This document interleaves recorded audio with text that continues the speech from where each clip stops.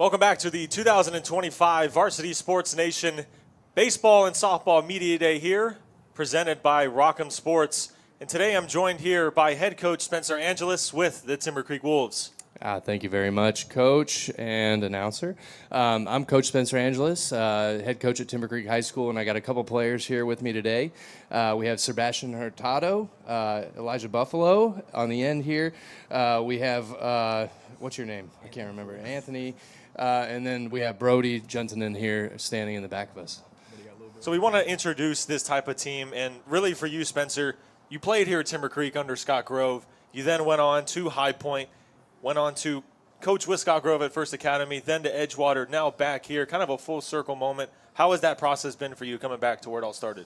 Oh, it's fantastic. It's almost like it was meant to be, and I have a big belief in that you put good things out, good things happen, and huge shout out there because Scott Grove, huge mentor to me as a player and as a coach, and to come back to the alma mater is just almost a dream come true. It's been fantastic, full circle. So we want to dive into really the team base right now. Last season, you guys went 24-7.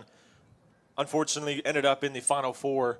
What has been the type of motto, the type of mentality you guys are bringing towards this season?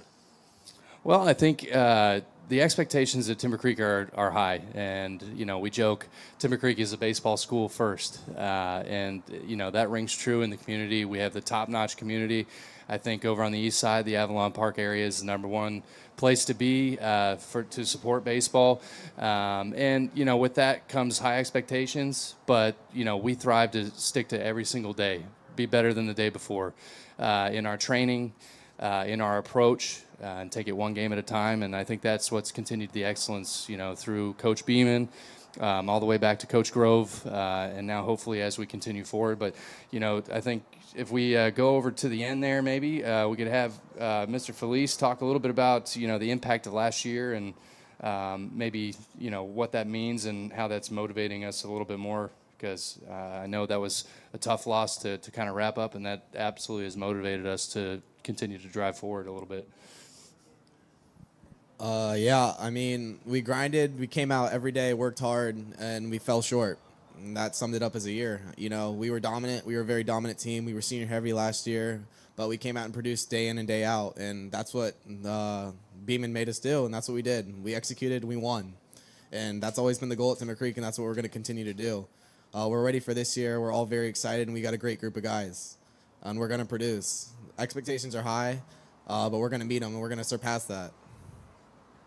So we're going to go one by one here, and for you guys, last year you had Tim Beeman, this year you have Spencer Angelis. What's the biggest difference between the two? One of you guys want to take that? Coach Beeman was a little older, and Coach Spencer's a little younger guy when he coaches, so that's just one of the biggest differences that we've seen here at Timber Creek so far. Spencer bringing in all the new technology and stuff like that to help us build and just get better as a team, and that's pretty much it. Now, keep in mind that Timber Creek has been mainly focused really on pitching and defense. You guys have had the backbone of that. Is that the same mentality this year? Yeah, I think, and we'll let our guys talk. We actually have a good onslaught of pitchers here, at least two of them, and I'm trying to convince Buffalo here to maybe do some wrap-up, cleanup role. But our strength is always through the middle of the field, catching, pitching, shortstop, center field, and our excellence this year is going to continue down that path. We're really, really strong on the mound this year, really strong up the middle, and if we continue to score some runs, I think we're going to have some really good outcomes as we continue forward throughout the season. So we'll continue to focus on that, and it's been a foundation for 20 years at Timber Creek. So now for Brody and Felice, what does that mean for you to have a defense back there with Buffalo at short, and you also have Bryce Reddick in center, manning basically everything that gets by him? I mean, it means everything to us, to be able to go out there on the mound and know that you have a defense back there that you can trust. It just is all you need as a pitcher. I mean, there's nothing else you'd rather want than to know that you have guys back there that are going to make a play for you. So, I would completely agree with what Brody said. It means a lot to be able to trust your defense as a pitcher, especially being able to pitch to contact and trusting your defense. It's one of the best feelings in the world when you're up there and you're controlling the game. Have trust in your guys, and as a team, just bond together and buy in, and that's what we do. Awesome, that's great to hear. So this is for the players. What is one personal or team goal you guys have this year? I would say personal would be just being able to be a captain for my team, just bring the guys to the championship game and the Final Four, and then for the team will be meet that requirement, get there again and show them what we have. One thing that I would like to do personally is just lead the team and make sure everybody has their job to do and make sure everybody gets their job done. And then one thing as a team, just keep that pride memory, and chemistries. That means everything to this Timber Creek baseball organization. As a senior, obviously we're going to have some of the younger guys looking up to you, and it's mainly about setting an example and showing them how once we're gone, how they can take over and still be dominant and produce as a team. And that's my goal. As a team, I want to win. I hate losing, and Timber Creek has always been a dominant program, and we are known for baseball, and we're going to keep being known for baseball because that's what we do. Just being a pitcher, being able to let the younger guys have some of the experience and know what that feels like from coming from me, and just being able to help them, be better and learn in ways that I've learned in the past. And as a team, just to get back to where we were last year. We fell short, so want to come back and win it. So. Well, it sounds like you guys are all setting a great great groundwork for the younger guys to come in and take over you guys as good leaders. So that's great to hear. I want to dive deeper into really all four of you guys. You guys are going off to play college ball somewhere at some point. What was the recruitment process like, and where are you guys going to be going? The recruitment process, it was a long process for me. I was talking to UCF, Ted Tom, over there my sophomore year, and that's when he gave me my first offer. It just felt like the right place to go. It just felt close to home. It just felt like family over there. And it's just over there at UCF, they've really built a new program with the coach Rich Wallace over there, and he's doing a great job over there, keeping the guys in and making it like a home for everybody. For me, it was kind of the same. My sophomore year, I was getting recruited by Miami, by Coach Norberto, and then he saw me, he saw something in me, and then I decided to commit to Miami by then, my sophomore year. And then when the coaching staff changed and something fell off, I felt good, but I always had that trust for Coach Norberto. So once he came to UCF and he told me I had an opportunity to go there, I just said yes right away, and it felt like the right choice. Yeah, so the recruitment process was great for me. From the first time FAU called me, Coach Tabachman, it just felt like the best fit for me. And, once I started talking to them, it felt like family. And, Coach Mack over there, he's a staple for the program. He's been there a while, he's done nothing but win. So I think it was just the best fit and a great fit for me. So. The recruiting process for me started travel ball when I was playing baseball, and I originally had committed to the University of South Florida, and then the coaching staff got let go due to seasons and records. So then I kept grinding, pushing through, and then Coach Wiggs called at Santa Fe, and I went out, toured it, felt great, and felt like home, and that's where I want to be.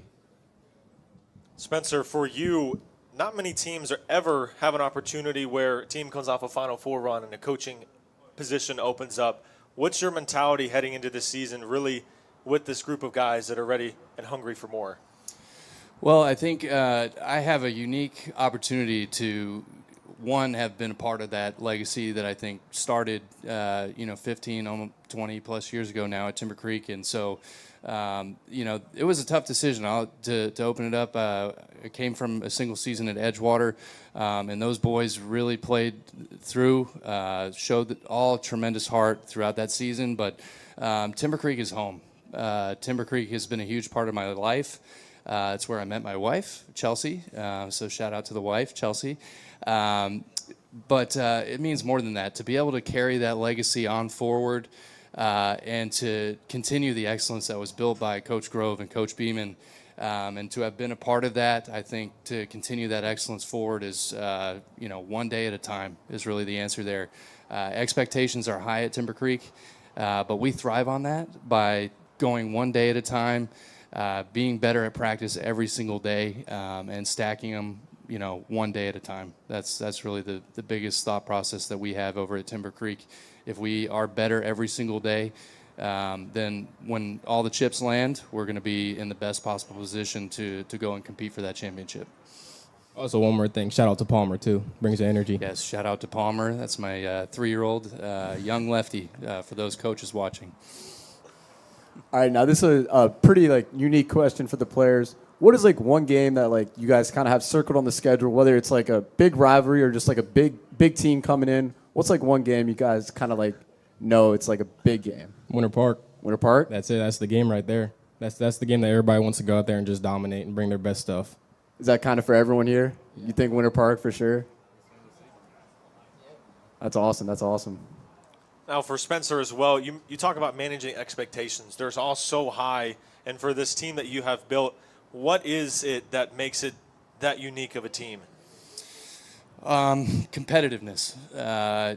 We, from the get-go, I'd say all the way back from when we came on, we have some of the coaching staff that stayed intact. We have some new guys that have come, also ex-Timber Creek players, bringing the competitiveness to practice every single day, trying to keep a lot of live action type drills, keep people moving for 2.5, 3 hours instead of just staying in one place the entire time. And that's translated, I think, even early in the preseason. We've seen some of that success come through where some of our bats are looking lively early, which is great.